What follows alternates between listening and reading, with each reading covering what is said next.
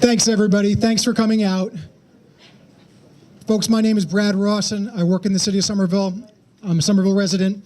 I'm here representing Mayor Curtatone. I serve as the city's Director of Transportation. My office plays a key role working with our partners at the Commonwealth, our partners at the City of Medford, and with the Somerville Board of Aldermen, and all of you, all of our constituents, businesses owners, nonprofits, on issues related to transportation. Quick volume check. How's that? Are you folks in the front getting blown out by this speaker now? Can folks in the back hear all right? Lenny, you good? Awesome, thanks. So let me please introduce very quickly our two local ward aldermen. Yes, Mary Jo? A little louder? Okay. Again, Andy, Nick, let me know if this is starting to blow you folks out in the front. And for any speakers, I would ask you to get the microphone nice and close to your mouth. It's not cold season yet, and the technology really does depend on you getting that kind of inch or inch and a half away, okay? It's my great pleasure to introduce our great local ward aldermen. I'll introduce our other electeds in a quick moment. Lance Davis is here representing Ward 6. Mark Niedergang is here representing Ward 5. They will both provide some introductory comments, but let me also recognize Tatiana Ballantyne, the president of our Board of Aldermen. She represents my ward, Ward 7. Bill White is here, Alderman at Large. Willem Ba is here, Alderman at Large. Mary Jo Rossetti is here, Alderman at Large. Folks, thanks. We know that you're getting back into your calendars. Stephanie is here, Alderman at Large. Stephanie Hirsch, thank you, Stephanie. We know you folks had a long night last night and have many more long ones ahead of you, so thanks for taking the time away from family to be here with us. So our goal tonight is to complement all of the other outreach work that has been happening for the last 4 or 5 months as we start to all wrap our arms around what it means to be in construction on the Green Line. We've been working towards this moment as a community and as a region for 40 years, and now it's real, and there are impacts, and it is not appropriate for us to sugarcoat those impacts, but to listen to you, to work through all of your issues, your neighbors, in the business community as well as in the residential community. So that's part of our mission for tonight, is to learn, to listen. We want to structure this as a dialogue and a Q&A session. We have plenty of content and slides, but we're not going to give you a 30-minute slide presentation.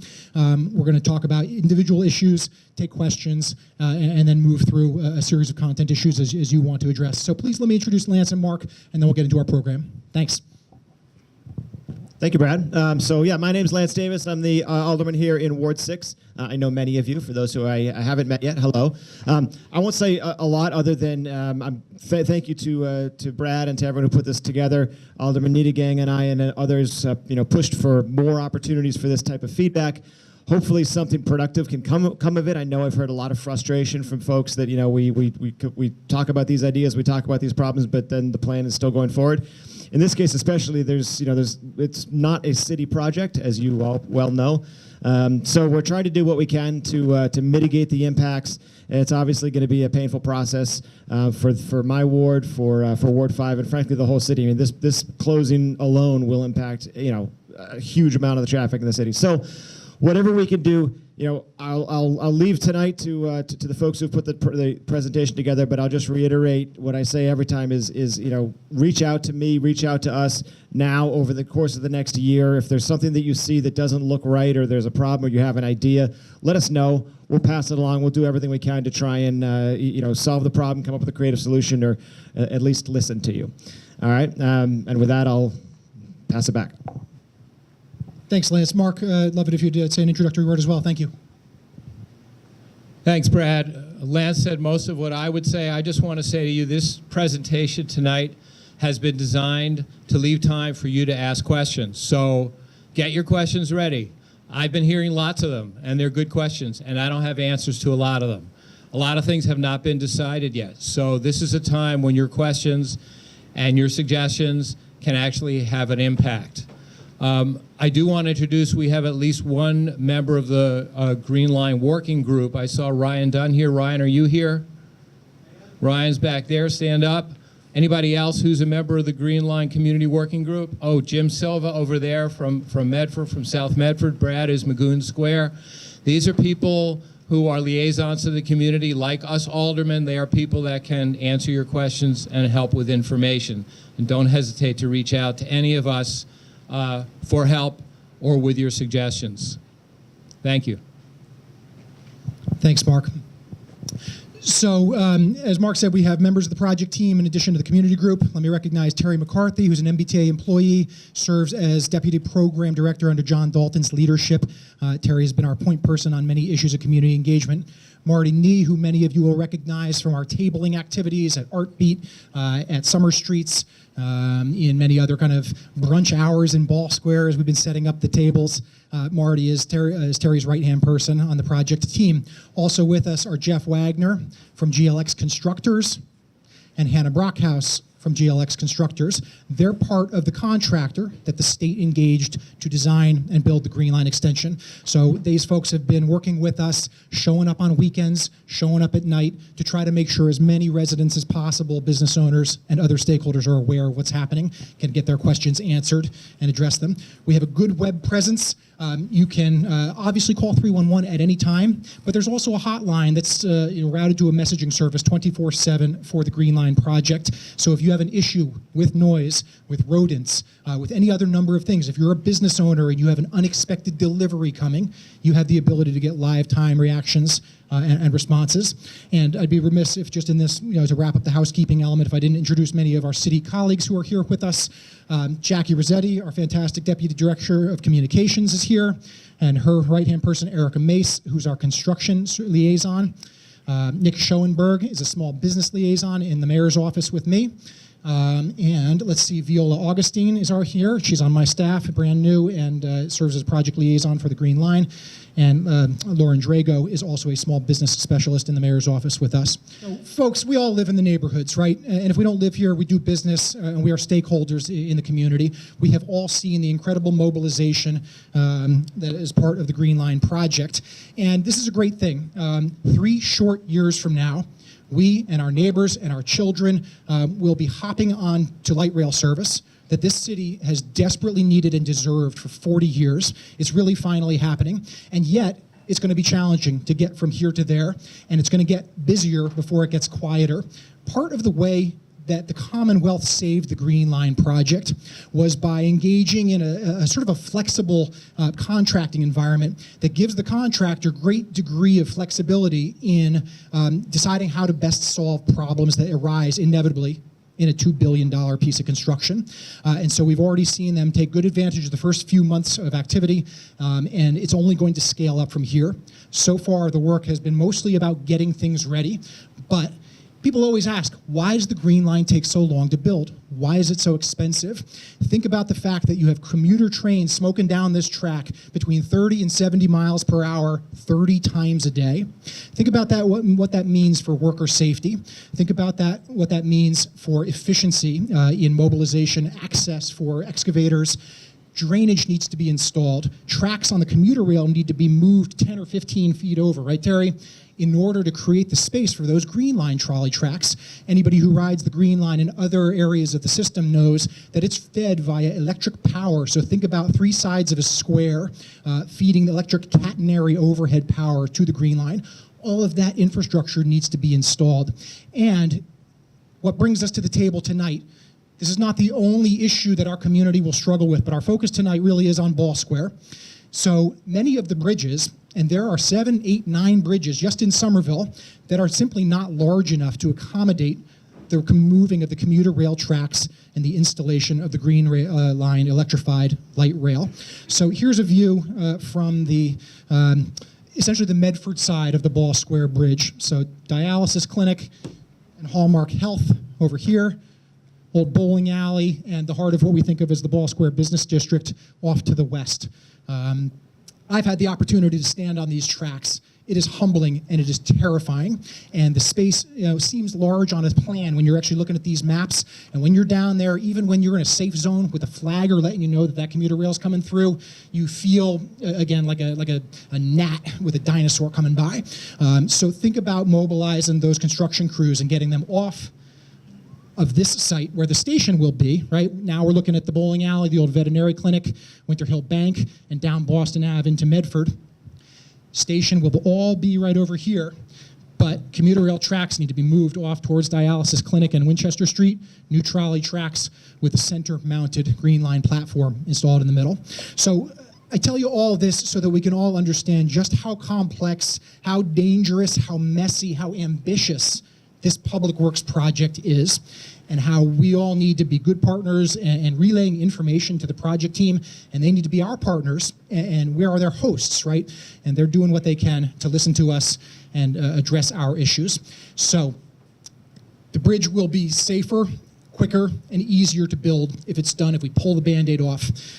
People always ask, can't you do it in 2 stages? People always ask, can't you do the Fast 14 kind of prefabricated bridges like Mass DOT did on I-93 a few years ago in the city of Medford mostly? And it's just not the same type of bridge, and it's not the same type of condition. And again, they're trying to keep live commuter rail going for as much of the project as they can.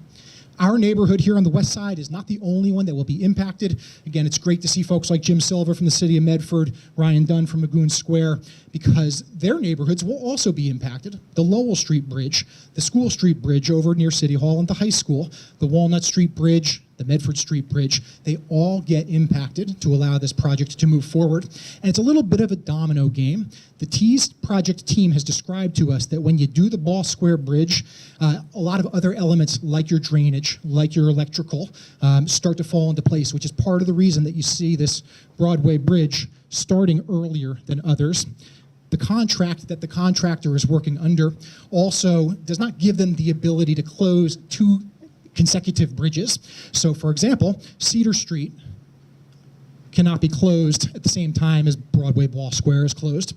And that's just common sense. We would all ask that, and that's been baked into the contract. Okay, I'm going to quickly illustrate on the slides some of the key detouring questions for all modes of travel, and then we'll get into question and answer. And when somebody asks about small business issues, we've got a few slides that we'll use to speak to. Nick and Lauren are our specialists. When somebody asks about traffic calming in the neighborhood, we've got a few slides about that. That's my team's responsibility. I'll talk about that. But just to kind of wrap up this housekeeping and introductory piece before we start doing Q&A. So this is all available for you online. There have been many community meetings, large and small, and we've had these rollout plans at all of our brunch hour tabling and art beat tabling and all that sort of stuff. So you're headed westbound from Magoon Square on Broadway. You're hanging a left onto Cedar Street. We'll talk about how important it is that those traffic calming bump outs and chicanes were installed when they were, because they're going to keep us safe in our neighborhood. I know that it's a growing pain and the project's not complete yet. It will be complete by the time the detour is operationalized. So westbound traffic all the way down past the community path to Highland Ave, to the signal there, hanging a right onto Highland, and then going westbound on Highland. Then through Davis Square. And again, we've just done I think an important piece of mobility planning and changing our traffic signal timing in Davis Square. And it's been cheap, it's been quick, kind of bootstrapped, and it is not the 10-year vision, but it's a temporary measure to keep people safer and keep them moving. So we'll talk a little bit about that, because that's part of the detour route. And then up the hill, obviously, and my personal favorite, and again, I just live over here by Tufts, the Rotary. We want to ask serious questions and have a mature discussion as a community about whether we can make that Rotary safer and more efficient than it is today. For eastbound traffic, the regional detour that the project team has worked through, and let me be clear, we have had dozens and dozens of meetings. I almost feel like I need to get my mail forwarded down to the project offices at 200 Interbelt Road, because I'm down there so frequently. And the T has asked all the questions, and the city of Medford, the city of Somerville, our first responders, every element of our team has been working to try to minimize the pain. There's no painless way to do this. And so the compromise solution was that eastbound traffic will be routed onto Warner, past St. Clements and Titan Gas, under the rail bridge that was constructed just a couple of years ago for the Green Line, and up to hang that hard right from Harvard Street onto Main Street, and then approach the backside of Magoon Square. And so we can clearly talk about Magoon Square in the same way that we talk about Powder House Rotary or Davis Square in terms of intersection operations and safety. That's for motor vehicles. And yes, we will talk about neighborhood cut-through traffic this evening. One of the hardest things about this project is that the bicycle and pedestrian traffic that so characterizes the street life and business vitality in Ball Square does not have a good plan. If we have a lousy plan or a choice between bad and worse for motor vehicles or for buses. It's equally problematic for people who primarily get around on foot or on bicycles. And so the solution that was come to from the city of Medford and the city of Somerville is to take people way out of their way. And there's just no way to sugarcoat it. That is a long walk for an able-bodied person. That is a long bicycle ride for somebody who's comfortable riding in mixed traffic. So we will talk about some of the steps that the city is trying to pursue. And again, your aldermen have been advocating for these issues about making sure that people can actually keep moving during the bridge closures. Fortunately, we've got great subject experts and partners from the MBTA bus operations group. They're not part of the Green Line project team. Melissa DeLay, who's the senior planner and manager at the T, Somerville resident, and her right-hand person, Andy Smith, is here. They will talk in more detail about bus issues when we get to that. But again, just very quickly, these are slides that were shown a few weeks ago at the large public meeting, and Melissa and Andy have new concepts to show us all tonight and kind of take more feedback on. Again, talk about choices between bad and worse. Bus service is going to be impacted. Reliability and ridership will be impacted, whether you choose option 1 or a variation on it, which essentially mimics the automobile detour up into South Medford. Anybody who was over at Medford City Hall a month ago will remember these diagrams. Option 2, which, added the least run time to the buses and eliminated the fewest stops, but ran buses down local residential streets. That had its challenges as well, of course. And then the third one, which is mimicking that westbound detour down into Davis. Choices between bad and worse. These are the issues that the city of Somerville, the city of Medford, the MBTA are working through together. So Andy and Melissa will talk in more detail about that. Okay, let me press pause, and I want to make sure that we can have the appropriate time for folks to just start saying, can we spend 10 minutes on small business issues? Can we spend 10 minutes on neighborhood traffic calming and those types of issues? Can we spend 10 minutes on bus issues? Who wants to ask the first question? Yes, ma'am. Hi, my name is Hala, and I live on Hall Ave. And it's cut through, so it's always been a problem. So if it's not going to close right now, the road races for the fall will not be affected. But my two main concerns are getting out of Hall Ave. You can't go left into Davis Square most of the time at 8:30 in the morning. Am I going to be able to go right to get to work at some time in the morning? And it's always dangerous there because they always park on the corner and you can't see the right side traffic. So I'm requesting or suggesting that an auxiliary cop go at the end of Hall Ave during rush hours, in the morning and at night, especially during church services, when the Haitian church has services. At 1 o'clock when they leave, it is hell. They make U-turns and do all kinds of things illegally. And my other concern is we do need not just a crossing guard, but a cop at the Brown School, just to make sure that, we say to people in the neighborhood, people who don't live in the neighborhood, don't forget there's a school right here. I don't have any kids, but I would be concerned about it. Awesome. Thanks, Hala. And let me quickly recognize Senator Jill, and thanks for coming, Senator. Appreciate you being here and for all your work to save the Green Line when it was on the chopping block. So Hala asked about traffic calming issues in the neighborhood. She reacted quickest. Let's spend a little time on that issue, and we can, everybody can kind of talk about their individual block, the individual route that they're concerned about, the behaviors that they observe. Brad, do you want to chime in? I assume you'll talk about the east side of the route. Yeah, it's actually 2 questions as opposed to a solution. But, Use the mic? Yeah. You have to stand out.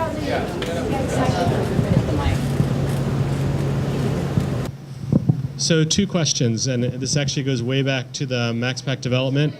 Can people hear me? How about that? I'll sing.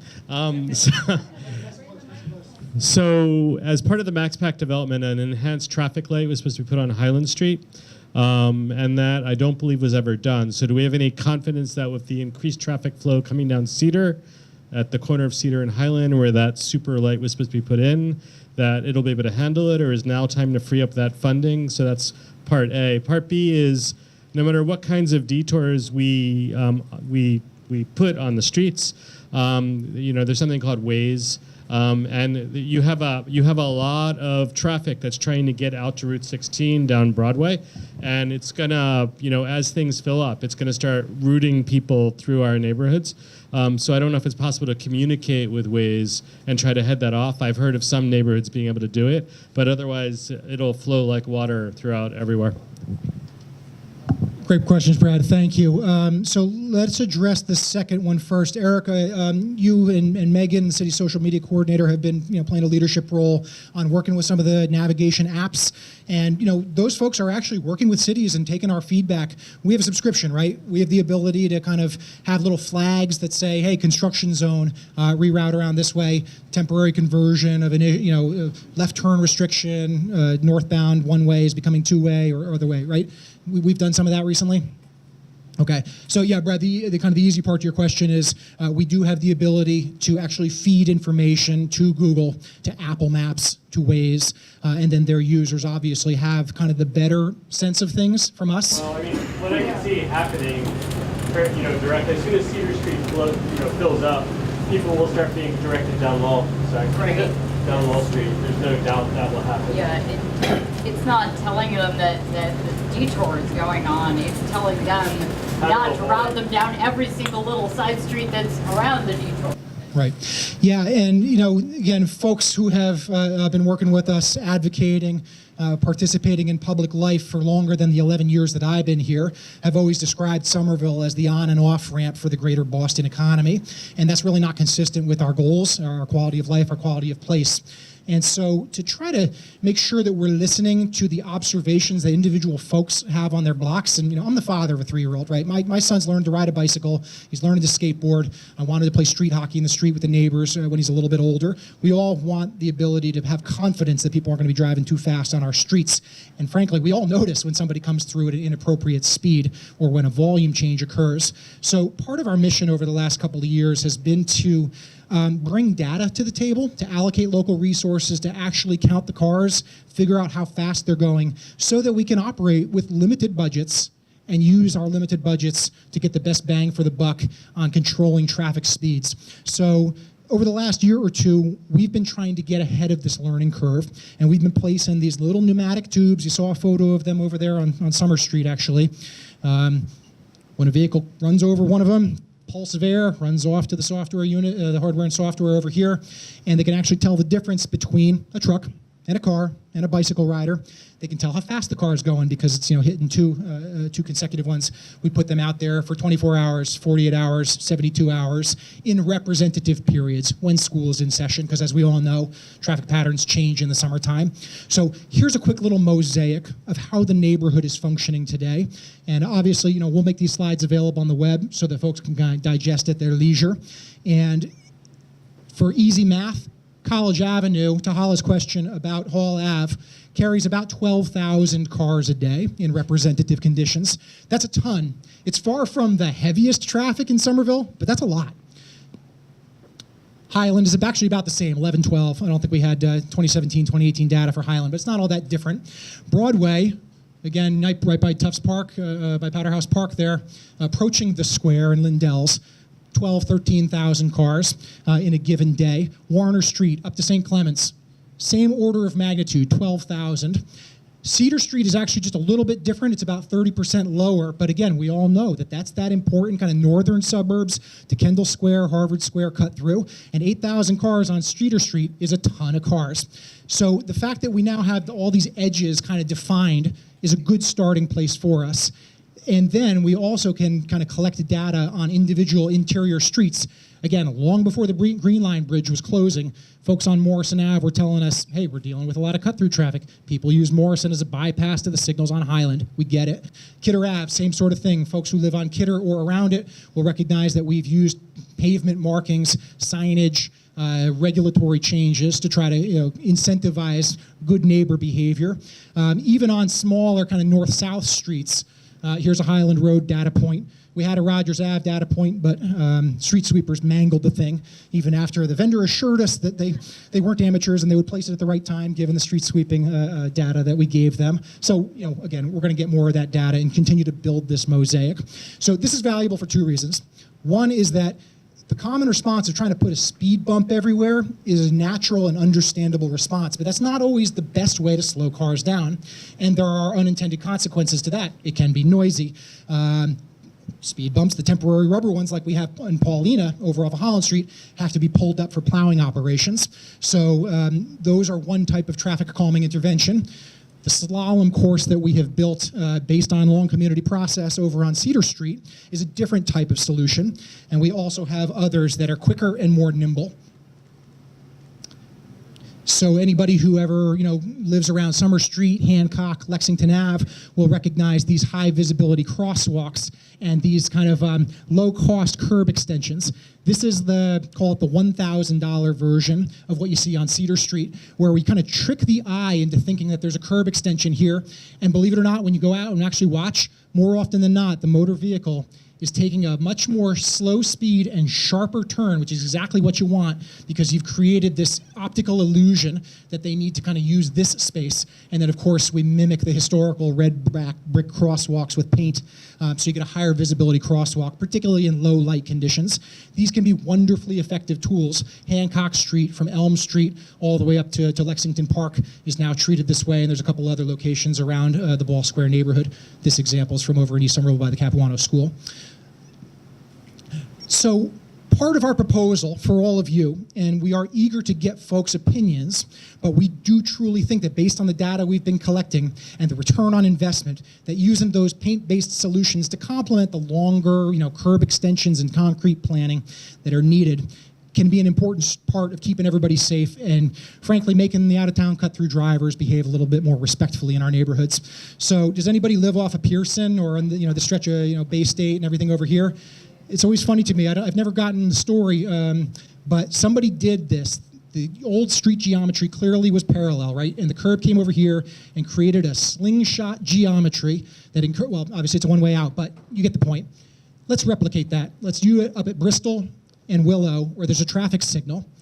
And another important data point shows us that we really ought to be paying attention to this location. The Somerville Police Department has been awesome in terms of being a learning organization that uses data and communicates that data in a transparent way to planners and to community members. Every time a crash is reported, and let me tell you, if you're ever in a crash or you observe a crash, whether it's a bicycle rider, whether it's a couple of drivers, whether you know that somebody was joyriding in the middle of the night and clipped somebody and knocked their mirror off, report it to the police department, because that becomes a point on a map that the staff in our office are using to also customize these enforcement and engineering techniques. So, here's Davis Square. This is 5 years of good, reliable data. Davis Square, clearly a hot spot for crashes. Here is Willow and Bristol that we were just looking at. And this number, I think, is 13. So for, easy math, what is that? Is three crashes per year? 3 crashes per year at that signalized intersection. So with a little bit of investment, we can just make it a little bit more predictable and safe. We can do the same things in the hearts of the neighborhood and to create gateway conditions at the Morrisons and the Halls to try to make sure that folks are behaving well. So just wanted to kind of quickly describe that. When we were at Resistat, and we gave a version of this presentation at all 7 Resistat meetings this spring, we heard loud and clear from folks on Highland Road in this section of Boston Ave. So Kelly's is just right up around the corner here. And again, look at that roadway geometry. You're coming south on Boston Ave. You've just cleared that signal in Ball Square. And you're going to take this generous right-hand turn into the neighborhood. And folks on Highland Road and on Kidder down there have said, gosh, I'm worried about this. People are going to come down Boston Ave and they're going to get caught by surprise and they're going to get frustrated. They're going to use their navigation apps and they're going to, kind of sneak their way to Kidder and Morrison to get around. So we are investigating, and we're interested in if this meets folks' expectations, because this is the quickest and most effective way to do these things. Again, a paint and plastic bollard equivalent to the big concrete and granite version that we just built at Morrison Ave and Cedar. These sorts of things truly influence driver behavior, and in the right circumstances, they are more effective and durable than a temporary rubber speed hump like the one we got down at Hodgkins Court and Yellow Park. Okay, so enough talking about traffic calming measures. We can come back to these. I want to provide a space for another question. Who wants to take the conversation next? Stephen, please. Thank you. Stephen Mackey with the Somerville Chamber of Commerce. Brad, you do a fabulous job presenting the data and communicating all of the issues here. Appreciate it very much, as we appreciate We appreciate everybody that's helped bringing the Green Line here, both from Somerville and from the state and the various agencies. Appreciate the alderman calling for this kind of dialogue with the neighbors. A question about the data and about investments and solutions. My understanding is that the approach is that mitigation has to be, is it revenue and timeline neutral, or budget and timeline neutral?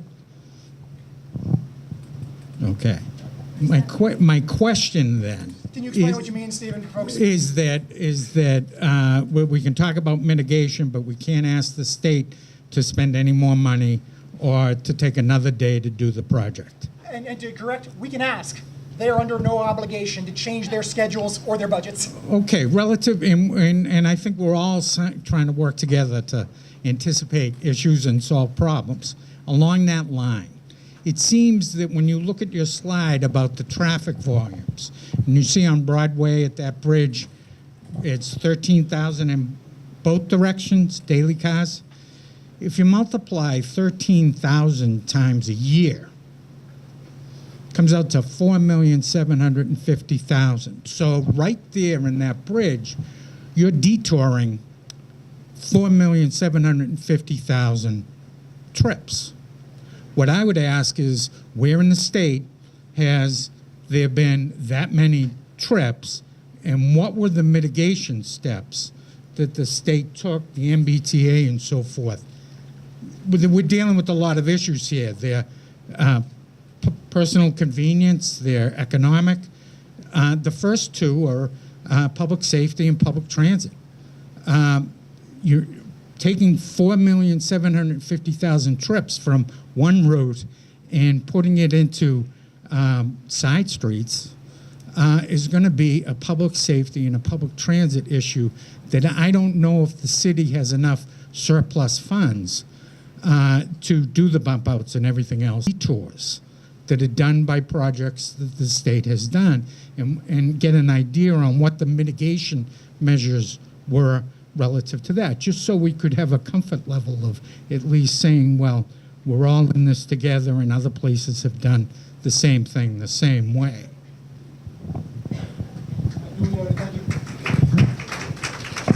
That's a great point, Stephen. I can't talk about mitigation measures, but one thing I can tell you before I come back to the question who was over here is that we've all been reading in the Globe and watching the Commonwealth Ave Bridge, the Pike impacts. And to their credit, you know, one part of the MBTA, one part of Mass DOT is talking to the other part. So again, you know, Terry McCarthy lived through the big dig. He is a veteran of large capital projects working within Mass DOT, and he's been able to pick up the phone and talk with the right folks on other large projects. I can't speak about mitigation measures, but I can talk about in terms of things like getting the word out over cable television, billboards on the highways, making sure that the highway division has some of that variable message signage, those flashing orange letters that kind of says, stay the heck out of Somerville for 3 years. You know, I make light of it, and obviously we need traffic to support our businesses. We need pedestrian traffic, bicycle traffic, and motor vehicle traffic to support our businesses, to get our workers to work, supply chain issues, et cetera. But if somebody has a choice to stay on McGrath, to stay on 93, to find other routes, frankly, we need to give them plenty of notification through the electronic measures as well as the physical signage. And so Terry and his team have been asking questions of other parts of Mass DOT. Okay, please, ma'am. Hearing me? Not at all. Okay, here we go.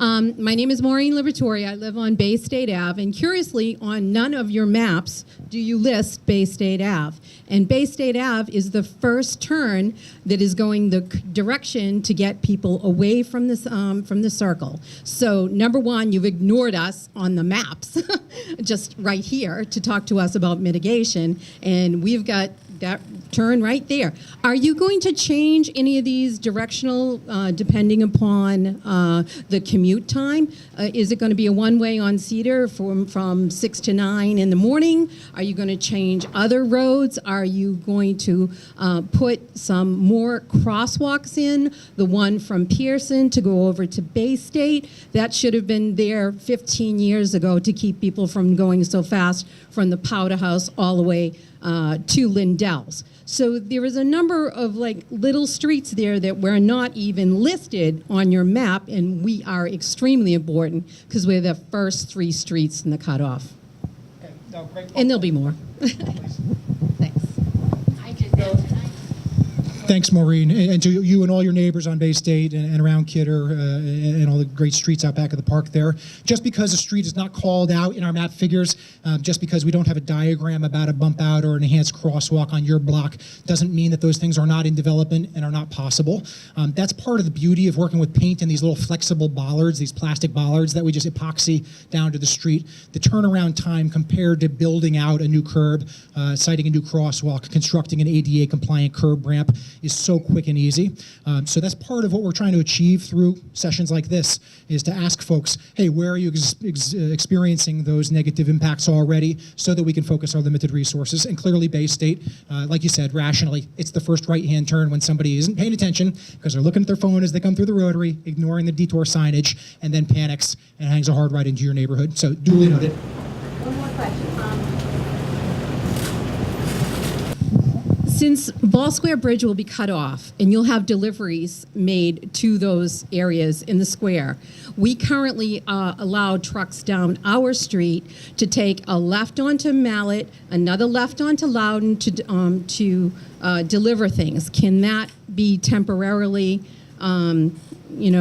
suspended while this construction goes on, because they may be able to just pull right up in front of them instead of going through our neighborhood again during that time.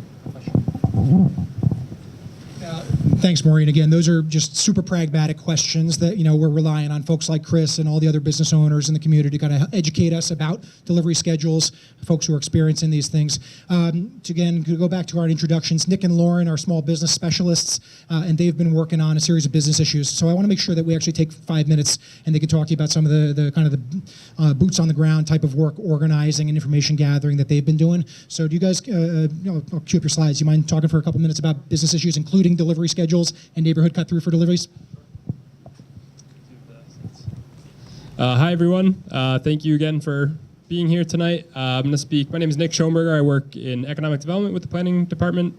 We have a couple slides to show. Actually, first, for a show of hands, how many business owners do we have in attendance tonight? I saw Chris.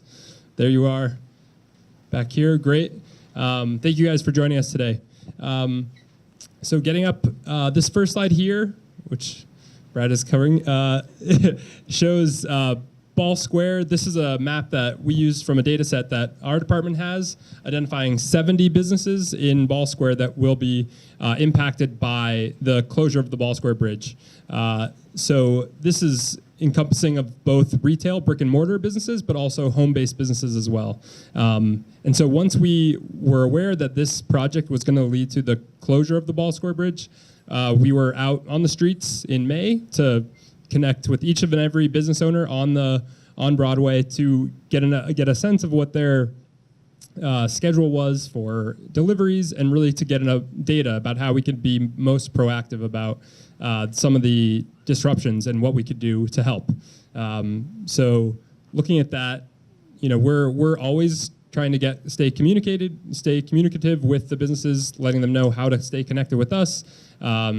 But keeping in mind that this is a lot of the details of this project are out of our hands. Something positive that's come out of this has been the creation of the Ball Square Merchants Association, which will be putting on an event September 30th, a Ball for Squares, which is what it's being called. If you search on Facebook, you'll be able to find that. So that'll be from 12 to 5. But again, another way to get folks to come out and support these businesses who, while the entire community is going to be feeling the impacts of this construction, the small businesses here in Somerville are what makes Somerville great. And this is when they need us the most. So I know for my favorite businesses here that now more than ever is the time to be connecting with them and letting them know that we're there for them.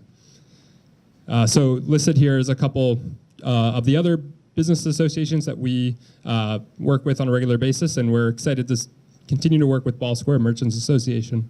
I think one of the next steps is going to be getting a logo for what they we'll have. A little more about kind of the things what we have been doing, as well as things that we will be doing and what you'll be seeing in the future.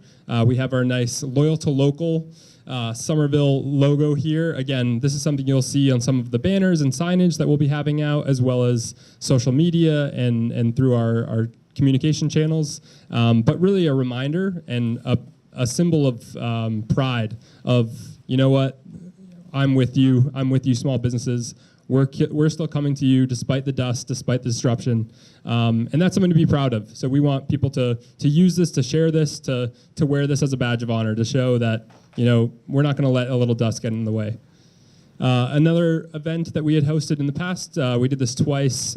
Chris was at one of those events for preparing your business for construction. So working with a couple, with a financial planner, with an individual with experience in insurance who could speak to, you know, what kind of things could a business think of now to get ready for the interruption further down the road. So getting your books in order, you know, talking with your insurance agent, those kind of things.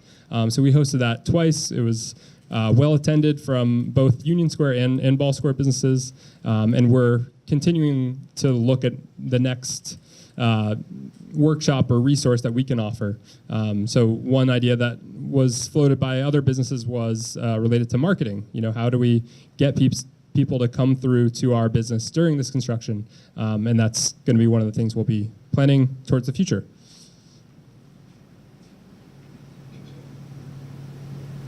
And this is.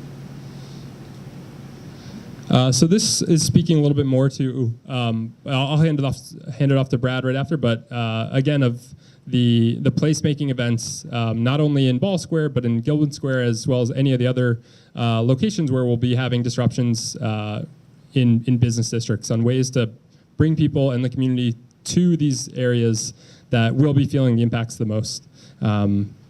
And I think with that, I'll hand it over. Actually, Nick, can you talk about the delivery issue? Is that data that you and Lauren have collected from the merchants? Now, hey, somebody's coming twice a week, somebody's coming once a week.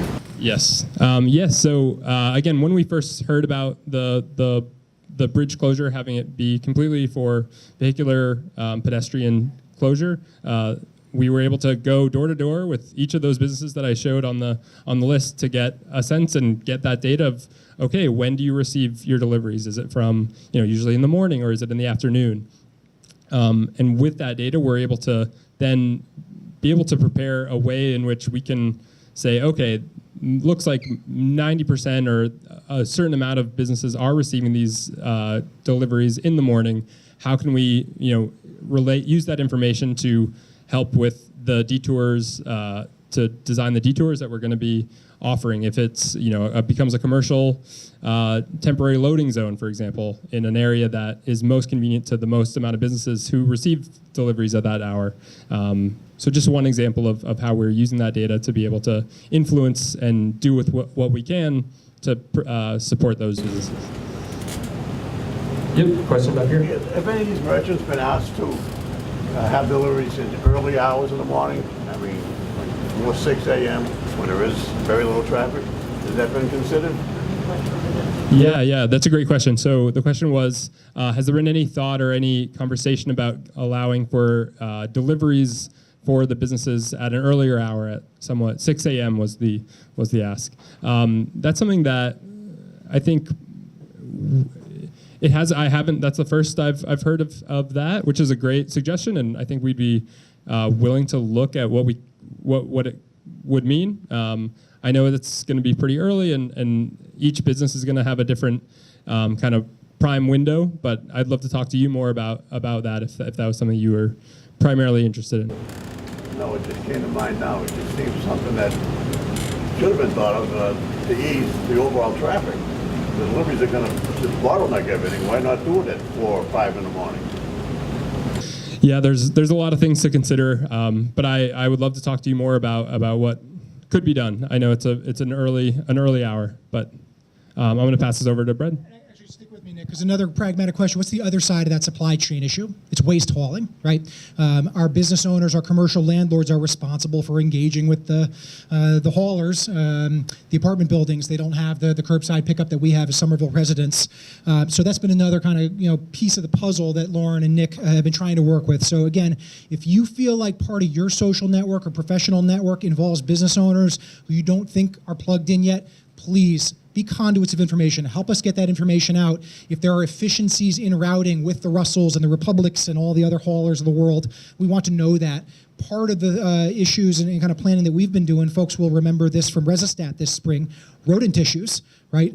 We got to make sure that we are taking care of rodent issues in and around the track corridor. The Green Line contractors are responsible for rodent assessment and abatement in the right-of-way and on station sites, but in adjacent homes and in adjacent commercial properties, that's the role and responsibility of the City of Somerville through our health department, our inspectional services department. So our ISD team has actually doubled the frequency of dumpster inspections, and we've launched essentially a subsidy program, a technical assistance program for homeowners who want to do assessments of rodent issues in and around their properties.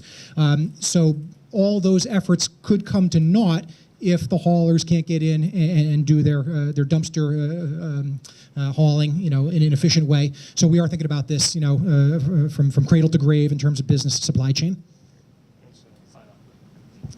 But both myself and Lauren will be here for the remainder of the event. And if you'd like to get more information or get signed up for any future updates related specifically to businesses or elsewhere, we have the flyer over there, but also business cards will be over there as well. Thank you. All right, thanks, Dick. And before the next question, one last kind of fun thing as we pivot from the super challenging to the fun. We have had great success with stimulating small business activity by doing temporary public space installations. Does anybody remember a couple of summers ago when we closed that on-ramp, as we lovingly call it, in front of Mike's in Davis Square from westbound Highland to eastbound Elm? That's surplus land. That's publicly owned land that ought to be contributing more to the great vitality that already exists in Davis. And so before you go down a road of thinking about a permanent, expensive solution, you test it with paint and with cones and with $20 movable tables and chairs. And we found great responses from Mike's and from many other business owners in and around the square. We've done similar things in other parts of the city as well. So we're currently looking into those types of solutions for Ball Square. We're going to have a bridge that's closed, and we're going to have surplus asphalt for 20, 40, 50 feet going towards Kelly's and Winter Hill Bank from the bridge closure. Let's think about temporary street seating. Let's think about movable planters. Cities around the country and around the world have used these tools not only for construction purposes, but just for general quality of life and adding to open space and civic vitality. So this is part of our kind of the funner side of the portfolio and the mitigation measures. Okay, who's next? Yes, ma'am, and then I'll go to you, Michael. Okay, I'll work my way around the room. Yes, please. Our issue is she takes the bus, she's on the other side of the bridge building, so we usually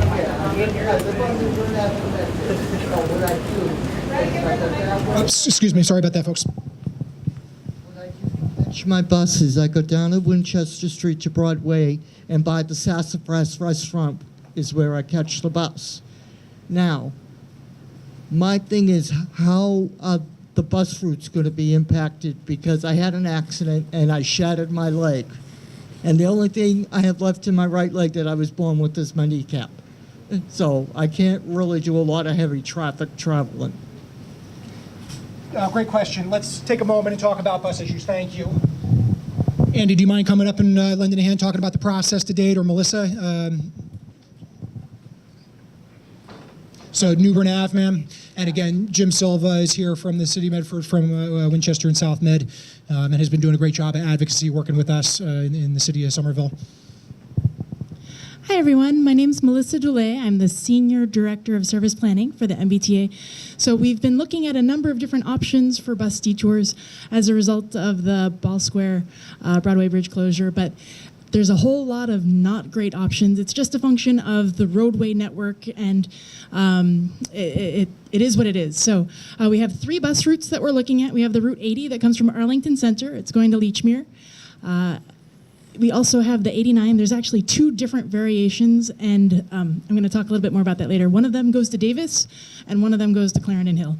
So just kind of in general, the main things that we want to do when we're talking about diversions are, operating safely through the communities that we serve. We want to make sure that whatever solution we propose works with the road network that we have, or that we can create if there's any opportunities to change things or, restrict parking movements. To make something safe. But we also want to talk about minimizing the length of the diversion. That helps with a number of different things. It means that the increased travel time for people isn't too unwieldy, but in terms of, we only have the number of buses during rush hours that we have. We can't get more buses because we have the buses that we have and we have the number of garages that we have. So that's a fixed number. If we make the routes longer, which we can do, but if we make them a lot longer, it means that we have to start decreasing the frequency with which we operate. So instead of, a bus that might come every 10 minutes during rush hours, if the detour is much longer than the current route, that means that the frequency might have to become 12 or 13 or 14 minutes, depending on the exact geometry. So the other things we want to do are minimize the omitted stops. In this case, we have a number of different overlaying routes in the area because we also have, the 94 operating in certain areas, the 96 operating in certain areas. So some people are either going to have their stops potentially not served, or other people will have less frequency because they can use other services still, like the 94 and 96, to transfer to the detoured options. And then the last thing, we want to make sure that we can solidify these plans well in advance so that we can program all of our automated systems, like the stop announcements and the trip planners, like people who are using Google Transit or using our website to figure out where they need to go. We want to make sure that all those systems work well, and they work best when we can tell the computers what our buses are going to be doing during this disruption. So we actually have to lock down schedules on our end by mid-September in order for the systems to get working by, say, December. So there's some lead time required for those. So with that as a background, we have a couple of different options. Is there a slide clicker? Oh, old school, okay. So for the Route 80, we've gone through a number of different options and gotten a lot of different responses, but the current thinking that we're looking at right now for the Route 80 is to have it use College Ave, so that's up near Tufts campus, to get up to George Street. George Street currently has the Route 96 traveling on it, but that stretch of College between Boston Ave and George Street does not currently have any MBTA bus service on it. Then we get over to Main Street to Medford Street to get up to Broadway. So this is a pretty substantial detour. You'll notice that it means that we're not serving the area over here by Powderhouse Square. So there's about, I think the number is about 500 people who get on or off the Route 80 who would be walking either up to Boston Ave if they're kind of near the Tufts campus, or walking about a half mile from the Powderhouse area to get up Harvard Street and Warner to Main Street and Medford. So that's a sizable detour, but that is the current thinking that we have out of the many, many options that we've looked at for the Route 80. For the routes, the 289 variations, we have some other options that we're considering. So for the 89 that goes to Clarendon Hill, the current route option that we're looking at is to go via Cedar Street to Highland Ave through Davis and then up Holland Street. So in this case, it's an extra probably 5 to 8 minutes. So it's an increase in travel time, which means that there may be a slight adjustment to the frequency. It also means that we're not serving this section of Broadway here between Powderhouse and Teal Squares. From this end over here, folks can kind of trickle down over to Holland Street or up to farther up Broadway where we continue to provide service. And then from the other side, depending on where exactly people are in the Powderhouse or Ball Square area, it might be fastest to either walk up and around via Winchester or to go south toward Davis and Highland Ave. But again, this is hundreds of people who will have a change potentially to their travel patterns. And then one thing that's not shown, the 94s and 96s are still traveling on this section. So some folks in the immediate vicinity of Powderhouse would still be able to get on bus service from this area, come down and take the bus to get to Davis to transfer to that option. And then for the 89s that are going to Davis, the current thinking that we have right now is to travel via Cedar Street to Highland, We actually just tested this in a bus today, except that NSTAR was doing some work at the corner, so we couldn't test it in both directions. But at least we navigated the chicanes and the bump outs. So we made it, and we just had to, we had to do the Boston thing where if there's another large vehicle coming in the other direction, we had to stop and wait for someone else to go. But with that, we did navigate this in a bus today.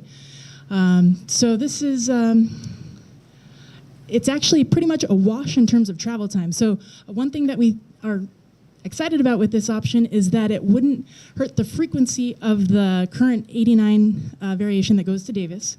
But you'll see that this does still omit quite a number of stops along College Ave where the 94s and 96s would be able to provide service. And it omits the stops in the immediate vicinity between Ball Square and Powder House Square. So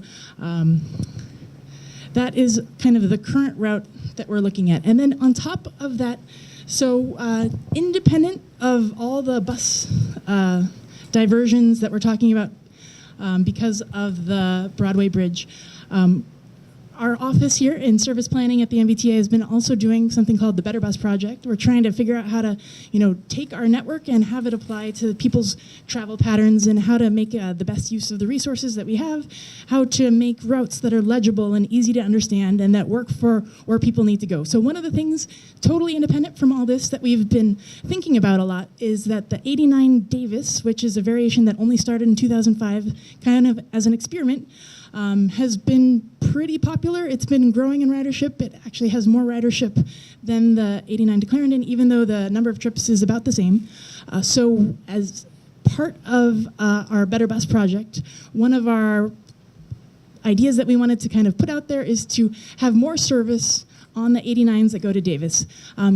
A lot of the folks in the Winter Hill area are using that as their only red line connection, whereas Clarendon Hill isn't using the orange line connection to the same degree. And also the Clarendon Hill area has the 87 and the 88 bus routes, whereas all the other Winter Hill area bus routes are really oriented to Sullivan and the orange line. So this is unique for Winter Hill in that it's the only red line connection for much of Broadway. So one of the concepts we were going to put out there is if we had more service go to Davis Square and less go to Clarendon, that also means that we wouldn't have to reduce the frequency of the service because the detour is a wash as opposed to the detour being a much longer route. So we're putting that out there, and I'm sure there'll be some hearty discussion. The one thing that we didn't want to do is we didn't want to do that during rush hours because we note that during rush hours, the 87s and 88s can get very crowded. So we're going to think about preserving the current rush hour structure of alternating about half of them go to Clarendon Hill, half go to Davis Square. And then also there's some very early morning service, the 194 that, it's the one that before the subway starts running, the Clarendon Hill bus that goes all the way downtown through, I think it's Haymarket and Sullivan Square. So there'd be a few exceptions to that, but that's the current concept that we're thinking about. Again, these are all draft for discussion, so I'm sure there'll be lots of healthy discussion to talk about these some more. Thanks, Melissa. And before we go around the horn and get a handful of questions, so again, Melissa and Andy and their colleagues have been taking notes at all the community meetings and will continue to take notes here. Before we start in the back and then we'll work our way forward because we have about 4 hands, if that's okay. Let me also just showcase a couple of things that the city is trying to investigate and prioritize to keep buses moving, particularly on something that we can control like an 89. Has anybody been following all the press coverage that's rightly gone to the city of Everett over the last year? Everett, little old Everett. Credit to those folks. Their transportation planner, my counterpart, is a Davis Square resident. His name's Jay Monty. He's in all the national journals. He's in all the national media because the city of Everett has done some of Metro Boston's first on-street priority, working in partnership with Melissa and with Andy and with their entire team. The T has recognized that they could wave a magic wand and buy hundreds of new buses, hire hundreds of new drivers, build a dozen new garages. But if cities who actually control local streets are not willing to provide essentially a dedicated right-of-way for the bus, people call it bus rapid transit, so you can see how it's kind of similar to a light rail service, then their ability to move people by buses is necessarily limited. So Everett has been the regional leader. Folks more recently have probably read about the city of Boston, which has done a really cool experiment down by Forest Hills and Roslindale. Similar sort of thing, but it's only kind of peak hour. City of Somerville has done its part, and we've experimented down in Union Square where we've provided actually one of them that's demarcated to keep traffic out, keep UPS trucks and Amazon trucks out and whatnot by putting those little flex posts in there. We have a proposal. We've been working with the Ward 4 community, Winter Hill residents, neighborhood associations, folks in the Mystic, folks in the public school community to talk about providing for some what we call queue jump privileges on Route 89. Again, kind of working with the best practices from the T. Imagine you're riding the 89 from the west side and you get over to School Street and to Temple Street and to Marshall Street. You lose a lot of time because you're stuck in mixed traffic there. So we are currently proposing and working through a community process to understand the details of this. If the City of Somerville is able to do its part and prioritize bus movements, whether it's on Broadway and Winter Hill, whether it's out in my neighborhood, Broadway and Teal Square and Clarendon Hill, we can help ease the pain of bus impacts during this construction process. However, you can't substitute for the lost stops that Andy and Melissa have described.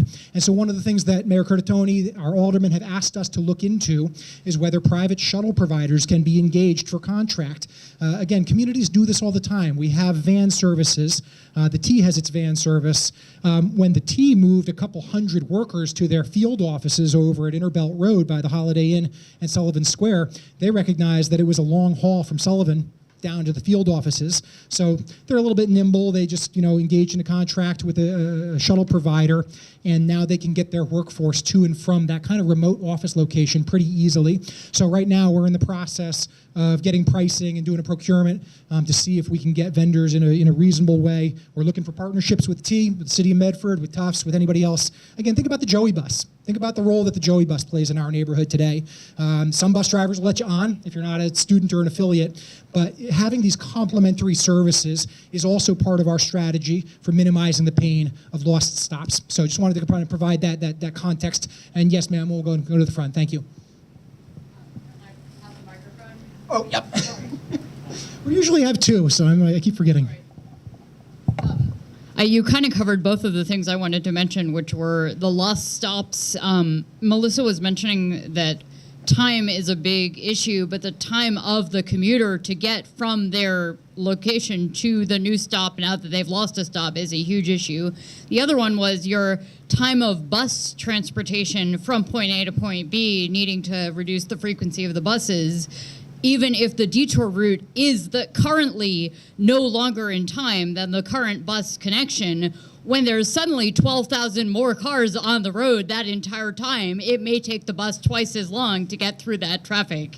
And we may need to look at how to get the bus through the detour route that all the cars are also taking. Otherwise, people are going to be walking 20 minutes to get to their bus stop from their residence, then waiting an extra 20 minutes for the bus to come because the bus frequency has been slowed down. And both of those are really important. I don't know how you, as a transportation planner, predict all of those factors, but they're really going to make things painful. Can you circulate, you've been waiting, sir, and maybe we'll get kind of 4 or 5 questions and then folks can answer them in a group. Hello. I am incredibly disheartened that the MBTA is considering eliminating service or reducing service to Clarendon Hill on the 89 branch. I take that bus every day to get from my house in West Somerville to Assembly Square via Sullivan. Some days it's very hard to find a bus to Clarendon. Like I can get there, like I try to take the 550 bus, but it hasn't shown up all summer. But all that aside, I don't know. I'm just very concerned about the whole thing. That area of town, it serves many residents that are vulnerable. I'm not among those, but there are plenty who don't have a car as an alternative for transportation. And I am also concerned about the routing that you're currently proposing, routing it through Davis. I'm concerned that you might just say, hey, it's routed through Davis. You might as well just stop all the buses here. So I want to know if that is going to be considered, if you're considering eliminating the bus service to Davis. And also, I just wanted to input that usually when a bus gets to Sullivan Square, and people will take whatever bus is there because most of the 89 routes overlap except for that small section around Powder House. So most people are traveling to Winter Hill, to Ball Square, and I've noticed it's around even going between Clarendon and Davis Square usually. I don't know exactly what formula you're using, but that's what I've seen observationally. Yeah, great we'll take a pause and then we'll come. Thanks. Just a quick response to some of the comments that we've heard so far. In terms of the ridership data that we use a system called automated passenger counters. So it's on a subset of our fleet. We have infrared readers at the front door and the rear door, and they're checking, if someone is entering or exiting based on whether they read the outer or the inner infrared sensor first. So we're using automated passenger data that tells us where people get on, where people get off, where the highest load points are, and so on and so forth. And it doesn't matter whether someone tapped at the fare box or not, because the system doesn't necessarily use the fare box data. And then I definitely wanted to second what Abby was saying about the importance of knowing what the travel times are. They're going to change, and they're probably going to even change as one of the things that we find is that after a diversion goes into effect, people start testing different patterns, and it's total chaos for the next month as people are testing, this wave was terrible, so they try something else, and they pull out their Waze app and start going down even more different streets. And so it's going to be a little chaotic. It's very difficult to simulate what those new travel times are going to be. So we're kind of making our best educated guesses, and then we're going to see what happens from there. Those are the answers that I have so far. So you've been waiting, ma'am, and then we'll come over here, and then we'll go back there. Okay. And Alderman Stephanie Hirsch asked me to remind the group that for folks who are interested in transit advocacy issues, she and Alderman Niedergang and many others on the board have been suggesting that the city of Somerville can take a page out of Cambridge's book and have a transit advisory committee someday. We have a great bicycle advocacy community, but we actually don't have them for pedestrian issues or for transit issues. So Stephanie, Mark, and many of their colleagues have been working with folks to try to kind of create the nucleus, right, Stephanie? Yeah, and we're actually meeting again on September 16th and with Alderman Niedergang. And can you also mention the Vision Zero committee? Yeah, that one's definitely relevant to the traffic calming issues where you're seeking volunteers. And every meeting, of course, is open to the public. But for folks who are particularly interested in road safety issues for vulnerable road users, pedestrians, bicycle riders, teenagers, kids, seniors, we are trying to have a public dialogue. Meetings are being announced for this fall, and we're soliciting volunteers right now. So again, with that in mind, let me come around the horn here. You've been waiting, ma'am, and you, and then we'll come back to you, Estelle, and the folks in the back. Thanks very much, all of you. My name is Liz Duclos-Orsello. I live on Boston Ave, just at the end of Boston Ave where it's one way. And I want to thank Senator Jalen and Alderman Niedergang for helping us with some other issues going on regarding tree removal that wasn't supposed to happen.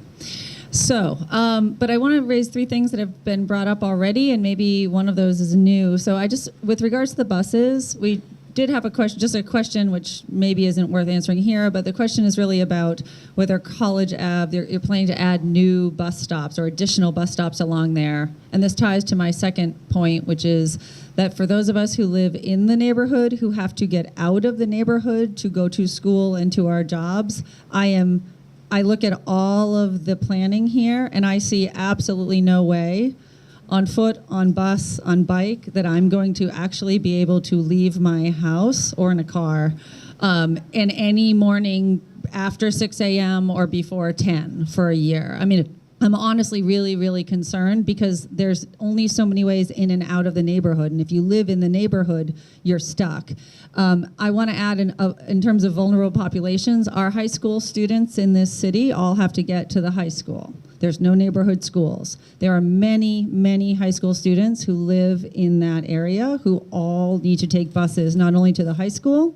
Most of them walk up to Highland now and take a bus, but if we're now rerouting things along there, they sometimes take buses along Cedar to get to Highland. They can't be late for school. Our middle school students go to after-school programs at one location in the city. They have to be able to get from places like West Somerville over to Winter Hill or to East Somerville. Like, this is how our city operates for our people under the age of 18. And so I just ask you think that through. And as in a butter and a neighbor to all of this goings on, I actually really want to ask if somebody can put some meat and some details on this conversation sooner rather than later, not necessarily tonight, but about what are the times and days of this construction? What is this going to look like? I've now spent months of having every weekend be construction in my backyard. I understand, but to think about a year, I want to know, is it going to happen Monday through Friday? Is it going to be happening just every weekend? Is it going to happening? Yeah, those of us whose backyards abut on both sides, that train track, it's an issue. So anyway, thank you.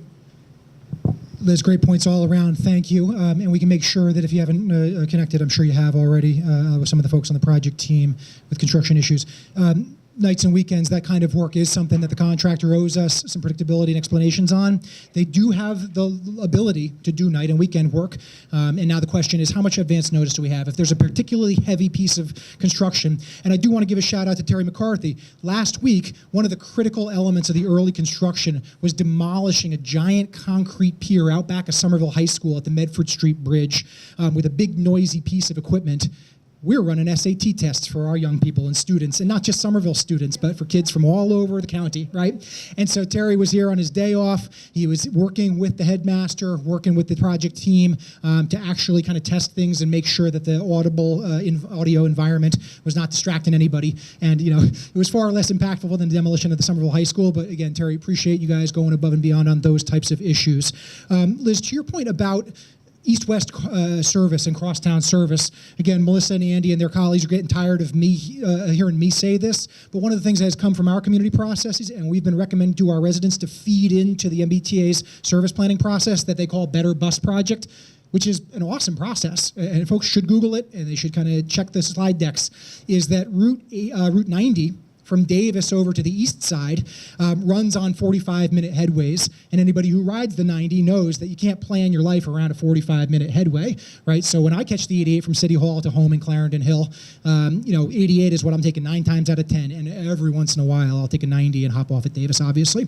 We have suggested that Melissa and Andy and their team evaluate whether one of the, what we view as redundant stops on the orange line could be perhaps eliminated or truncated, even just a test. So imagine a Route 90 that just went from Davis to Sullivan, or to the gentleman's point earlier, from Davis to Assembly, or gosh, if it has to be Wellington, I guess it could be Wellington. Whatever the case, same number of buses, same number of drivers, double the service frequency. Instead of 45 minutes, maybe you're at 20 minutes or 25 minutes, something a little bit more reliable. That's the kind of idea that community members are being asked to contribute through the Better Bus process. And so again, we hear you loud and clear. Even if there were no green line issues, we would still want to be rationalizing the bus network in partnership with the T. Listen, Andy, any other follow-up items? The new bus stops you addressed, traffic and getting out of the neighborhood. Ma'am, you've been waiting, please. My issue was handicapped. She's basically handicapped. She's got a longer walk now to the bus stop. But we did touch on that a little bit, and Mark is my alternate. And maybe I can send you an email on that if you hear any information on that. Because it's going to be harder on her to just get from her home to the bus stop. If I still go up Winchester and cross there on the other side of Broadway, we get to the boulevard, we get the 94 or the 96, or we try to get to it.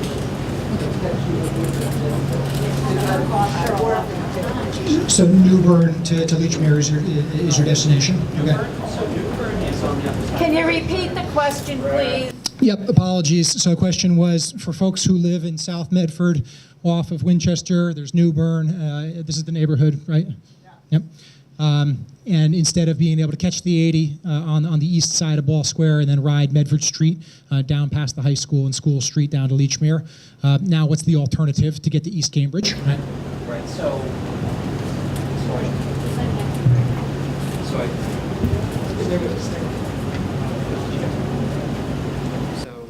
I should point out that the stop at Broadway and Cedar Street will remain open for Route 89 service. That's at least under this plan. Now, bear in mind that if you do live on the west side of the bridge closure, you do have to use this diversion. But in speaking to this woman's point about living on Newbern, you would be able to pick up service inbound towards Sullivan at this point. To get the Leechmere service, you would have to go to Magoon, possibly board at Magoon Square. So Magoon Square, sure. We're still figuring out the question, just in general, about adding new stops. So once we hammer out these routes, we will be working with the different municipalities to see if it's safe and appropriate to establish any new stops, or even to use existing stops. Like, for example, the 89 to Davis variant, there's plenty of stops that already exist on Highland near Willow that might make good replacement stops for folks who are filtering in from, Morrison's and some of those other streets. So we haven't figured out all of those stops, but we'll be working with our municipal partners to figure out if we can either use existing stops or establish new stops as appropriate. But we don't want to add too many stops because we're trying to kind of make up time, and we don't want to generate new riders for a route that won't continue to serve an area. So we're trying to really target it for the areas where existing riders would be filtering in kind of from those logical corridors. There is a proposed, we have proposed a temporary stop for Route 80 at Magoon Square alongside, I believe, the CVS there. So if you live in South Medford and you can make your way up to Magoon Square under this scenario, which, you should be able to get a bus to Leechmere. That's the issue. Yeah. It's not as far by that was going to be my biggest like getting to the CVS outbreak. But like I said, my other thing that I was doing is I walk up with the end of Winchester, cross to the Broadway side there on Broad Street, and then go up to Colorado Boulevard, and then you walk the So for folks who live in that kind of neighborhood off of Winchester, let's make sure that we, kind of have an offline conversation, follow up with Andy and Melissa to kind of really dig into those details. I've got a handful of hands in the back. Estelle, you've been waiting, and somebody else over here as well, please, and then we'll come to you folks honest. Thank you.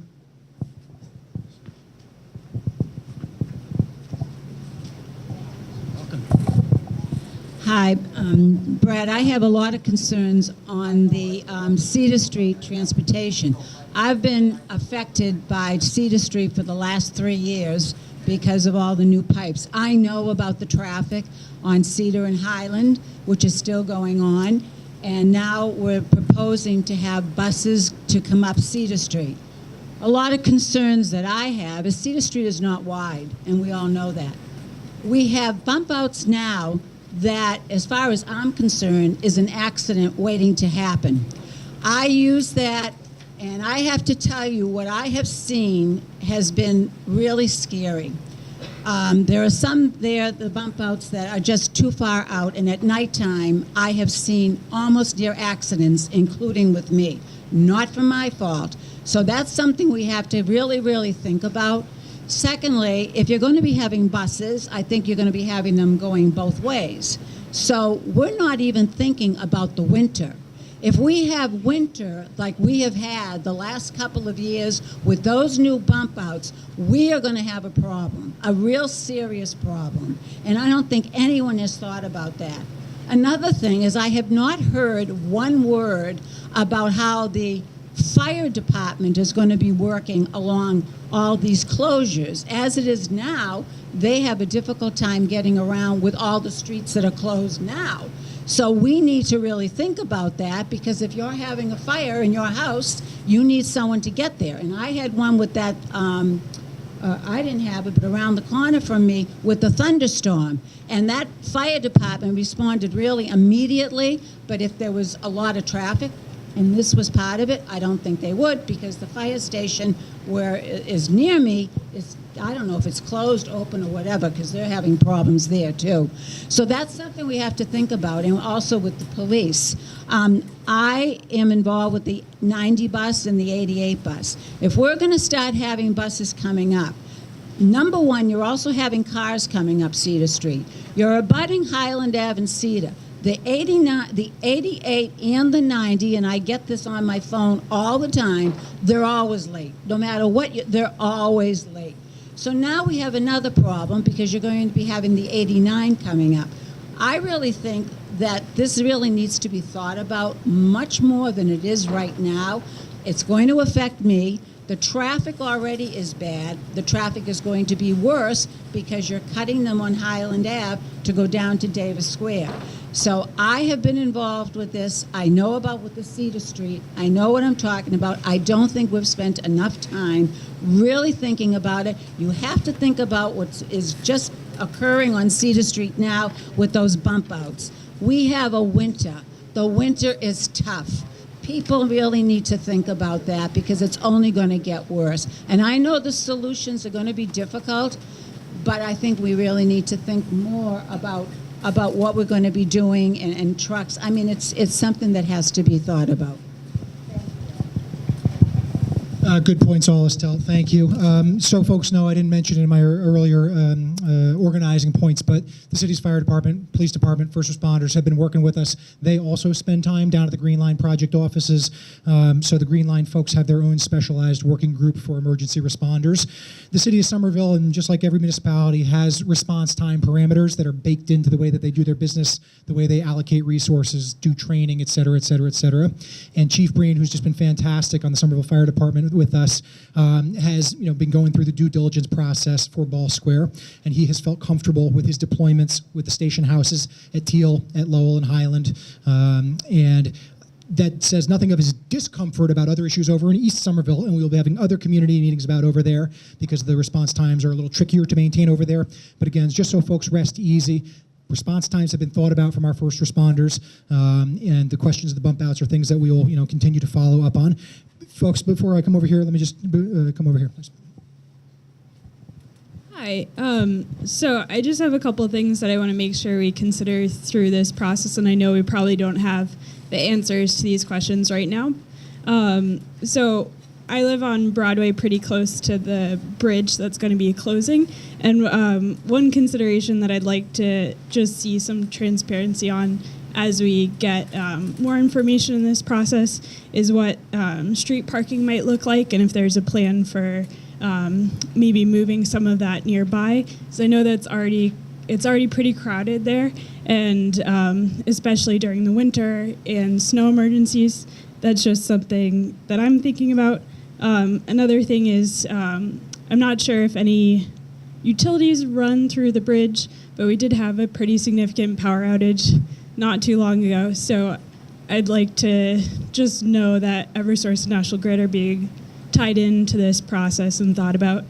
And then my last thing is I'm a renter, and I know that with the Green Line extension in general and being in the middle of a housing crisis, there are a lot of concerns about rental rates and housing prices. So if there's any information about that throughout this process, that'd be great to really hear from.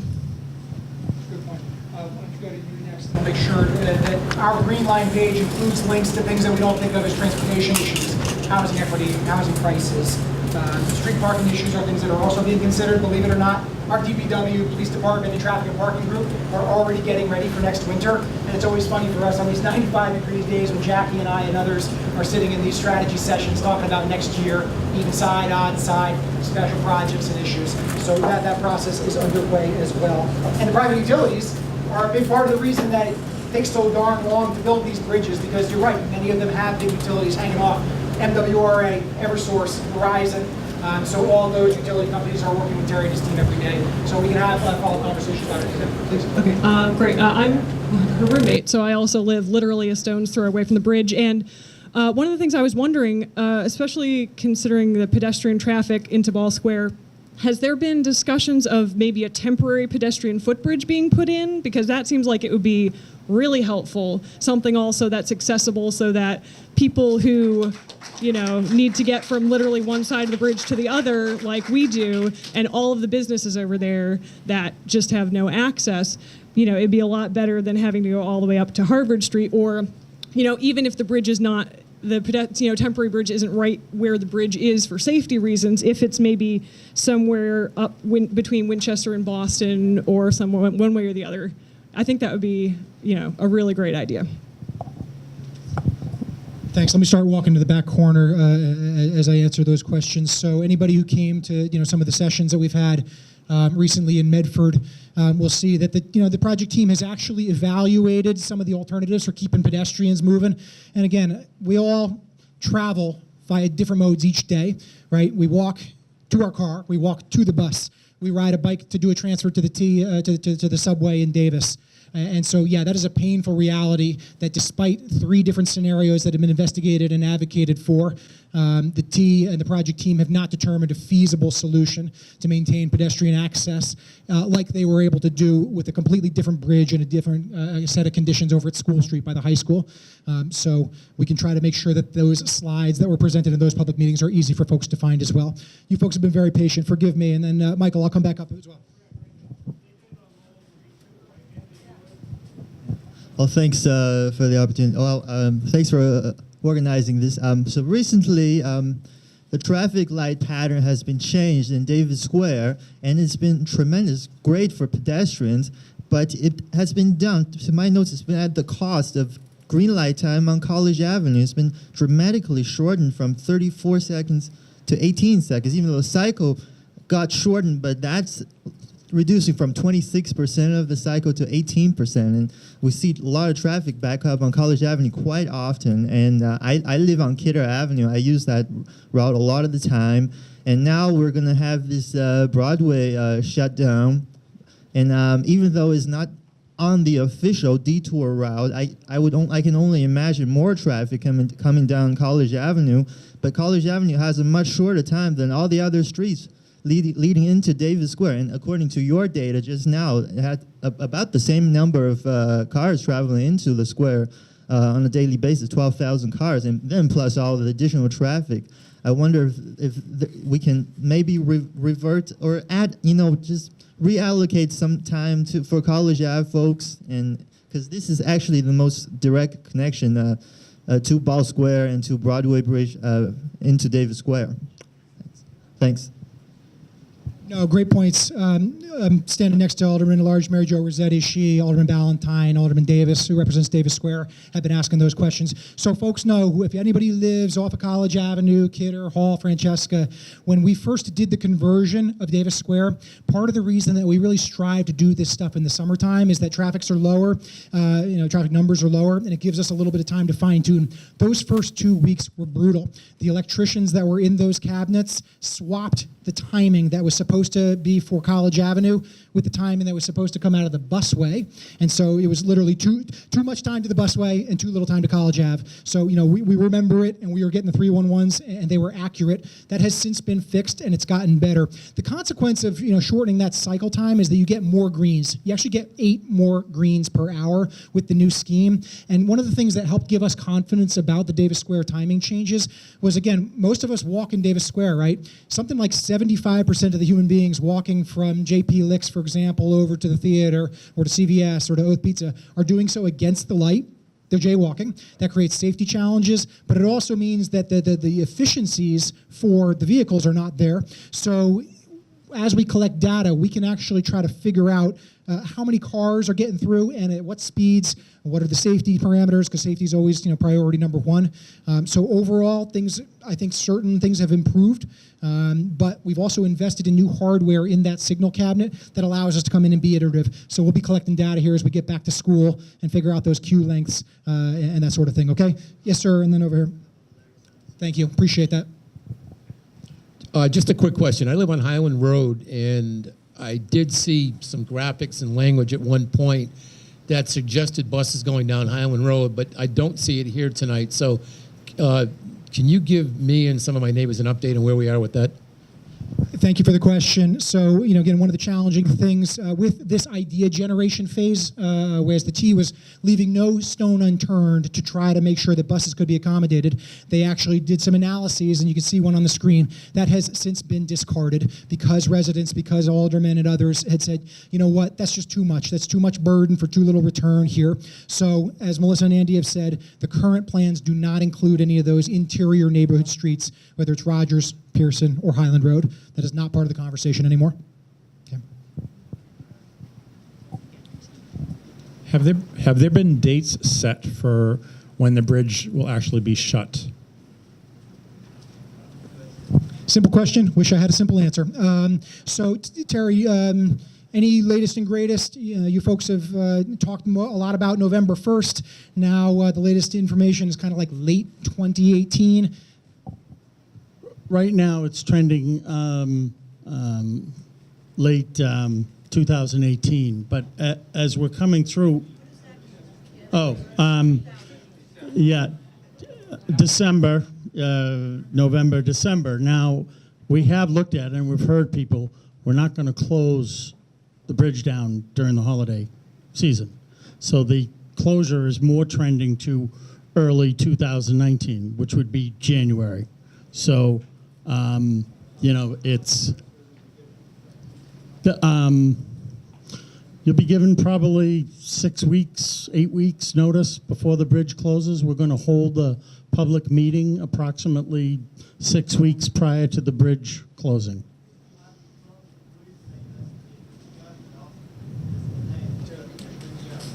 Yeah. Sorry, folks. We usually do have two mics. I apologize for the awkwardness here. Thanks for bearing with us. And then we had a couple more questions over here. Which one coming to next? If you're closing the bridge later than expected, would the bridge reopen also later than expected? Like, would the construction take longer than the original time? They have indicated to us all along that it's about a 1 year period of work. So yeah, whether it's August to August or December to December, I think that's our best information right now. You've been waiting, right, sir? Hi. So to ask my question, sorry, can you hear me? Could you put the slide back on that shows the detours for cars through the neighborhood? Right, okay. So as I understand it, people who are coming to the bridge are supposed to turn down Cedar Street and then take a right on Highland Avenue and go through Davis Square and then come back to where they wanted to go. Is that right? Okay, so you guys are doing great work. It's terrific. I appreciate it.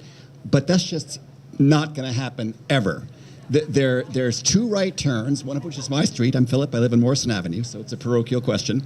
And I got to believe, faced with a longer trip to go to a street with busier traffic that leads to another street with busier traffic, everybody's going to take water seeks its own level.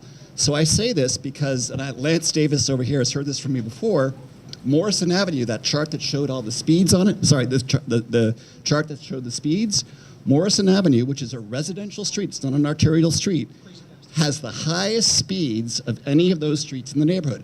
So I guess I would just ask, this is an opportunity, it seems to me, to do some thoughtful planning around conditions that already exist. And I'll give you a small example.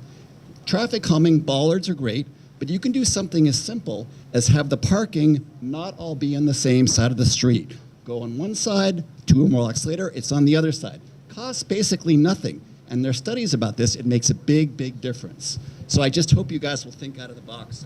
No, thanks, Philip. Thanks for reminding us. And again, Morrison Ave is that alternative, right? And so we have been thinking about it, and one of the transportation planners on my staff has identified that exact low-cost solution, a couple $100 per move.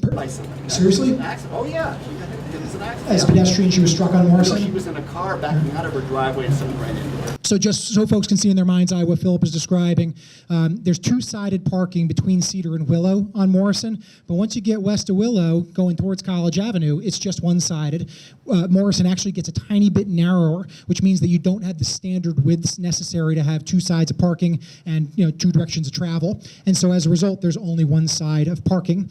You could do a version of that slalom maneuver, which, as Philip rightly said, we and others have demonstrated does take a couple miles per hour off of car speeds by forcing you to actually turn the wheel a tiny bit, step on the brake a tiny bit. And that's exactly the kind of feedback and creative thinking that we're hoping is going to come out of the next couple months. And those are easy fixes as opposed to ones that involve concrete and cement and granite. Sir, you've been waiting. I apologize. It's taken so long to get back here. Okay, you're good. Okay, thanks. Thanks, guys. Thanks so much for having this. So I work at the clinic that's basically on the Broadway Bridge. Hallmark, yeah. So a lot of our patients do walk from the Red Line to get to our clinic or from that other side of Broadway. And so we anticipate that more will drive, and the parking that we have is limited as it is. And actually a lot of our patients park on the bridge itself because our lot is rough. And I'm sure you've thought through this, but yeah. So anyway, I just wanted to put it out there and underscore what the woman over there had said earlier about the parking on that side of Broadway, because we do anticipate maybe an increase for what we already see on the bridge. So, thank you. And sorry, your name, sir? Andrew Chandler. Thanks, Andrew. Lauren, is it tomorrow that we're meeting with folks from Hallmark? You had helped set up a meeting, again, part of your block walking.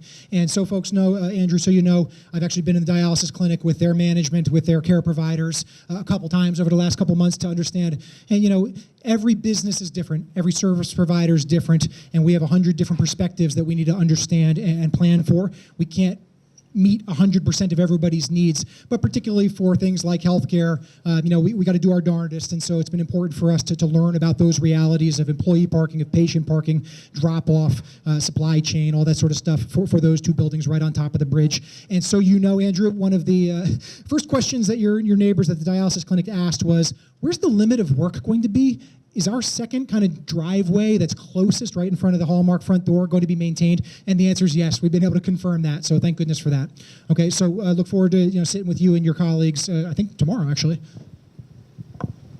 Hi, my name is Chris Leonis. I own Ball Square Fine Wines. It's great to hear that when I first heard about the closure of the bridge, they said in September, and it's great to hear now that they're moving it up towards November, December, but this will be one of the busiest season, the busiest quarter for all the businesses in Ball Square. So we appreciate if we can push it till the beginning of the year. If that's the original date, if they're saying November, December, what's another month waiting? Also, another question that I have Umberto from CU Saloon here. When the when the Broadway Bridge closes, a lot of employees park on that bridge, and also Boston Avenue. What's going to happen? Is the city going to provide additional parking where employees can park and maybe use a trolley or something?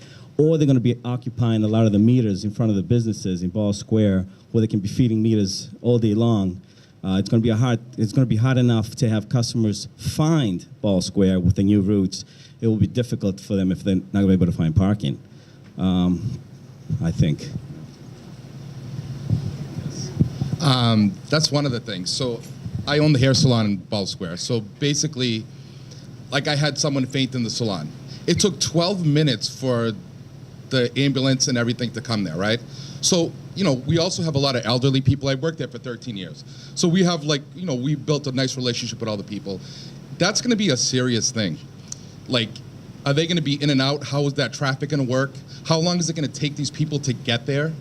I mean, there's not just parking or there's a lot of factors to that. How do they handle that? Like, what's gonna happen? And the other thing with the parking, so I thought about you don't want employees to take the spots because that's what will happen. So people that do want to go there, we have a really busy block. We do a lot of business and it's nice to have that. It supports all the businesses. So if you let that happen, could they have a shuttle? Could they have a parking spot where people can get shuttled in that work there, that constantly runs all day? It gets that traffic moving. How far is the bridge gonna close? What end is it gonna, where's it gonna end? Is it gonna block off the street so they can't cross over to Boston Ave? Is that gonna stay open? Okay, that's my question. No, thanks, guys, and we appreciate you coming here. One of the things is we do community outreach. We do 3 night meetings a week between, call it September and December, and say February and June. That's a big part of our work. And one of the things that we've learned over the years, again, I've been part of Mayor Curtatoni's team for 11 years, is that it's hard to get business owners to a night meeting. Often daytime, breakfast time, lunchtime meetings are what Stephen, Chamber of Commerce, folks like you guys tell us. So thank you for coming here tonight. The short answer is the bridge closure is expected to be, kind of halfway up the hill from Boston Ave, so that main line stays open. Turning movements can be accommodated. The signal, we're hoping, will be updated so that, green time that you don't need headed westbound is reallocated to other time in other directions. The question about business parking for employees, for patrons, again, for deliveries, is something that we'll be working through with our traffic and parking department. They have a great business parking program, and frankly, not enough merchants take advantage of it. So we want to make sure that the word is getting out. People are understanding that kind of cost-benefit analysis of when you actually do a business permit parking for $150 a year. It doesn't work for everybody, but we're always trying to spread the word and make sure that when you buy that permit, you have the ability for somebody to park close. And in extreme circumstances like this, again, Suzanne Rinfrit, Somerville resident, she runs our traffic and parking group. She's fantastic. She is so pragmatic in working through individual issues on a case-by-case basis. So as we continue to take advantage of the mobilizing and the advocacy that Nick and Lauren and the rest of you folks have been engaged in, we'll be working through these issues very, very specifically. Okay. What about the ambulances and fire department and all that? Yeah, oh, sorry, thank you. So we talked a little bit about emergency response times, and our Somerville Fire Department is optimistic they can maintain their response times. I haven't had that conversation specifically with Cataldo, but again, Chief Breen and his team work with Cataldo as our designated provider. We all see the ambulances running. We can ask that question again specifically, because you're right, we hear this from salon owners all around the city. And then last but not least, there was a question about, I almost had it.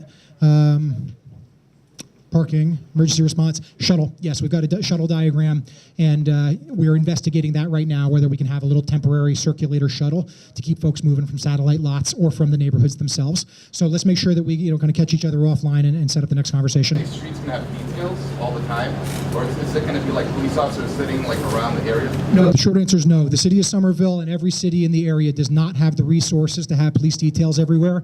We will seek the ability to fill them. We have a lot of folks who are working long shifts and covering details. So we'll be asking the questions, but I don't want to create unrealistic expectations that at every turn on every detour, every neighborhood side street, we have the resources, because we simply don't. It would be unfair to represent that we do. So we'll try to get them in the right places for as much time as we can. Thank you, Brad. My name is Joe Lynch, and I live in the Magoon Square district. So one of the things, I see my merchant friends from Ball Square here very well represented. A lot of the folks of the residential areas where your streets are going to be affected. I've waited till the end because it's the elephant in the room about eastbound traffic in the morning being diverted in that circuitous route, and it will all be dumped into the middle of Magoon Square. So my question is, I have a two-part question. Why was only Ball Square kind of forming this merchants group to assist them during the closure of the bridge? And if you did assess Magoon Square and the impact in the morning, especially, on those merchants, why was it decided not to assist them or reach out to them?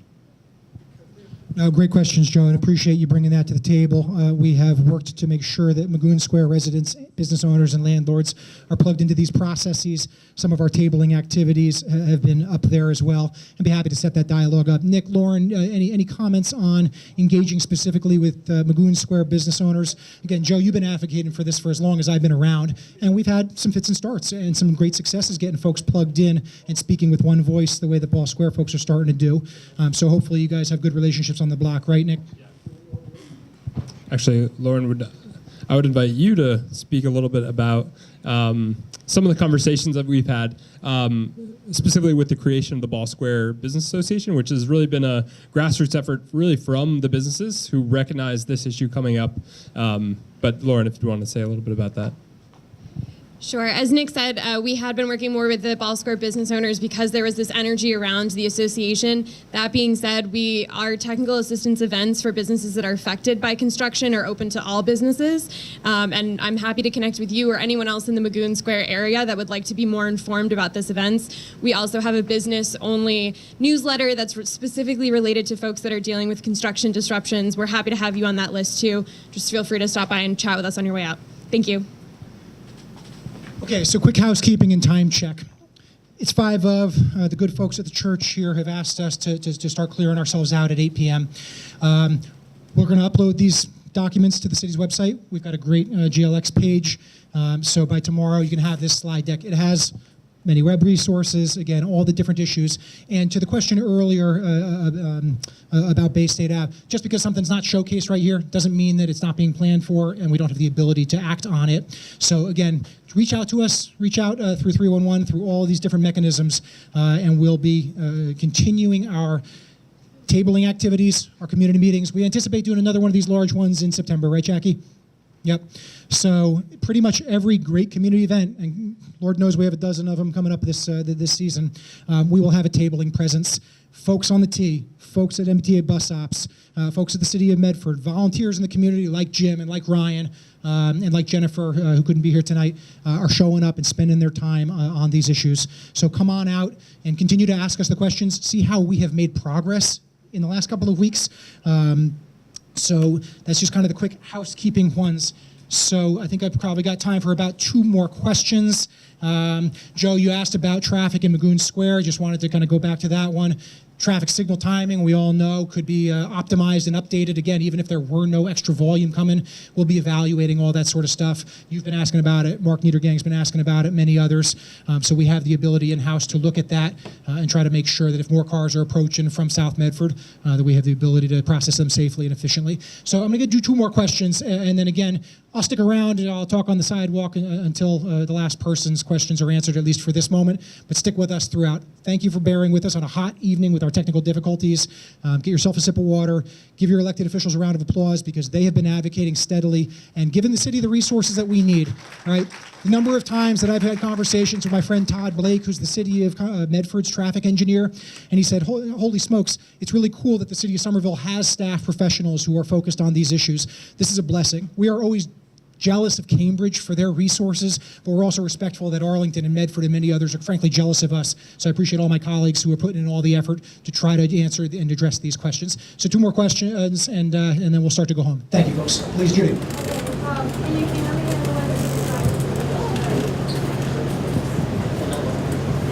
Hi, my name is Judy Jacobs. I live in Ward 7.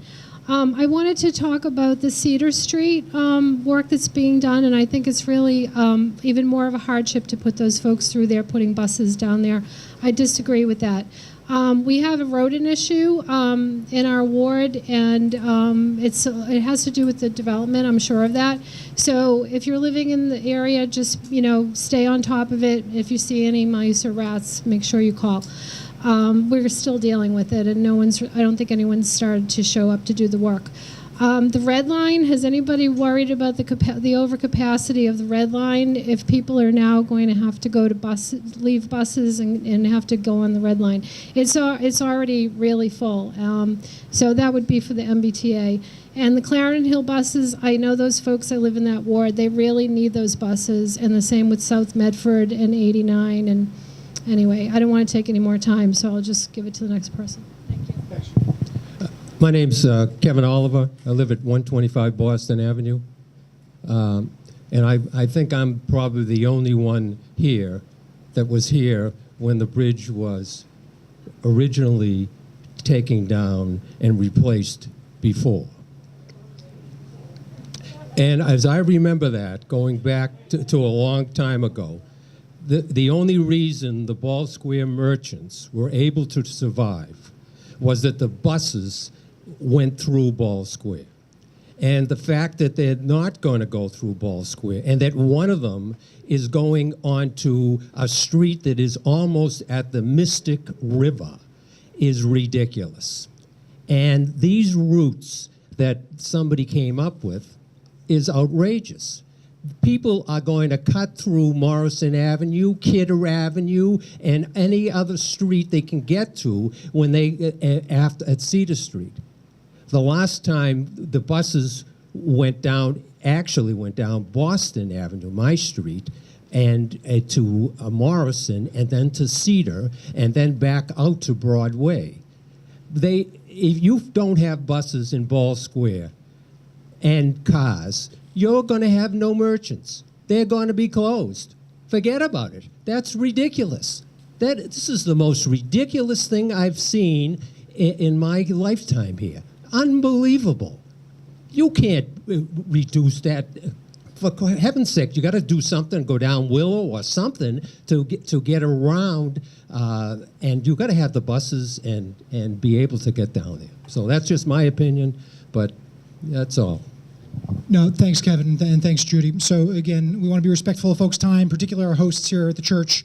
Not the last you've seen of us.